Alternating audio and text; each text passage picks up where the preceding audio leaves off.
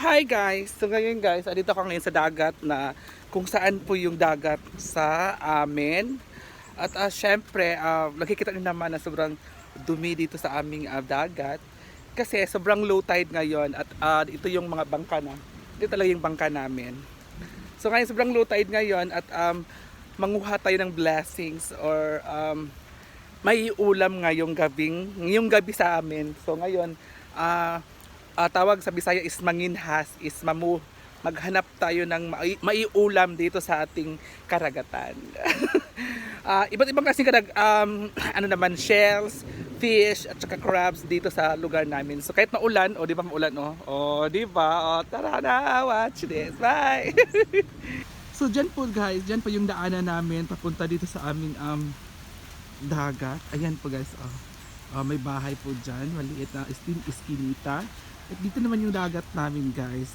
Pag sobrang low tide talaga is ganyan po yung mangyayari. Hindi pa po talaga yan siya sobrang low tide kasi maulan.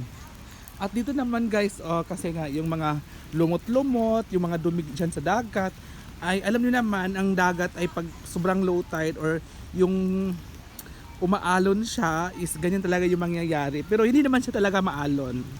So ngayon guys, ipapakita ko lang sa inyo ay kunti lang naman ipapakita ko sa inyo kasi so, hindi pa talaga siya sobrang low tide dito. At diyan po yung may barko pa talaga guys, ayan. Hindi pa siya sobrang low tide. Oo. So mamaya konti kasi ang oras ngayon is 4 PM, alas 4 ng hapon ngayon. So susugod tayo ngayon sa dagat. Oo, kahit nakaano pa ako. Naka ganyan ang ganda ng kamay pa, di ba? At guys, by the way guys, ito yung aming bangka. Yan po yung aming bangka guys. Yan po yung ginagamit ni Papa. Oo, naulanan siya. Pero ngayon guys, hindi pa po si Papa ng laot kasi nga wala siyang ano, may gagawin pa siya diyan at may butas pa ay may aayusin pa siya diyan sa kanyang bangka guys. Yun naman sa aming kapitbahay. Oo, ito yung ginagamit na may makina guys.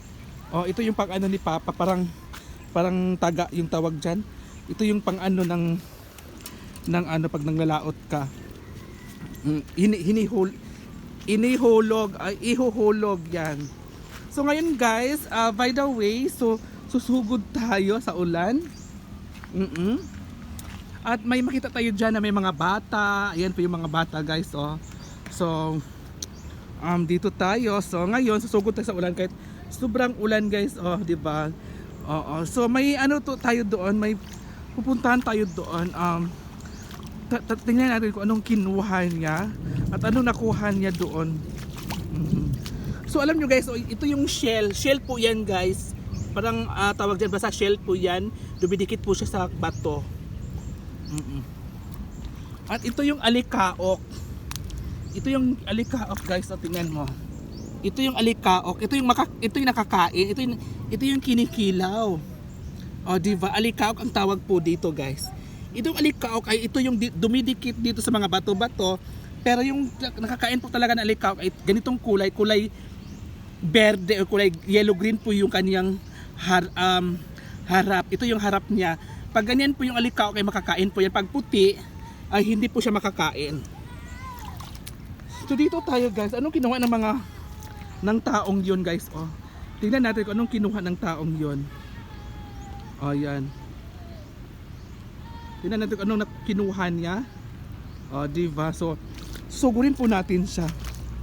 Kahit ano dito guys, alam nyo guys, pag sobrang low tide talaga dito sa lugar namin ay hindi siya ganito ka low tide kasi may tubig pa konti. At doon naman sa likod guys ay ano naman siya, tawag dyan, ano siya, sobrang low tide din siya. So ngayon pupunta natin yung taong yon, titingnan natin kung anong nakinuha niya at anong pinupulot niya dyan sa bato. At naka-umbrella pa siya guys, ha.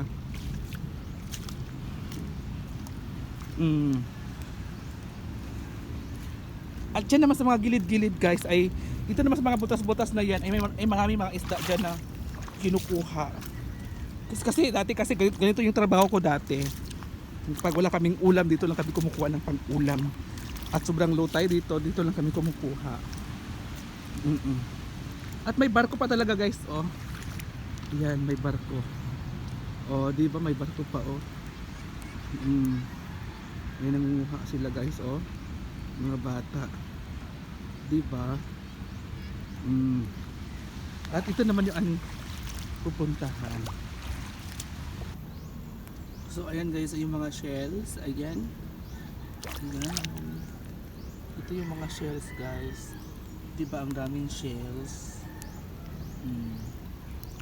Di ba? Oh, ang dami dito guys. Oh, mga shells guys, oh.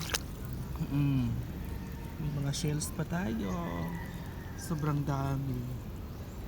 Di ba?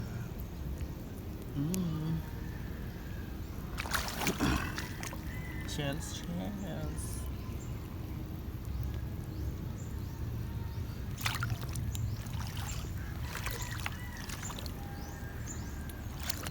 Dito din madami din shells.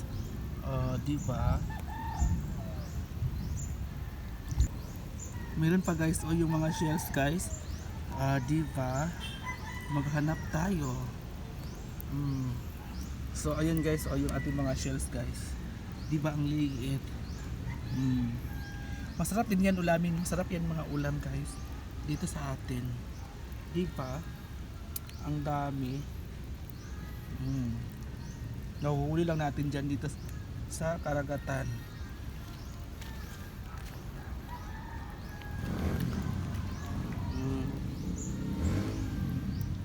Dumidikit lang dito sa ating mga bato-bato.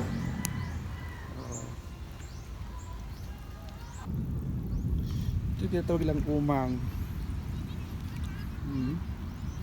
Yan ang umang, oh. Wala malabas siya. Diba? So ano yung kinuha nila? Likaok yan yung Alikaok eh. likaok ba? So yan yung alikaok. I-vlog ng likaok ba yung kabalo sila yung kung saan niya yung. Ayan yung alikaok, oh. Ayan. Kasi wala pa sila kasulay ani panuway na sila. So yan po yung nilalagyan ng sili at suka. Masarap yan. Parang ano din kilawin yung tawag dyan.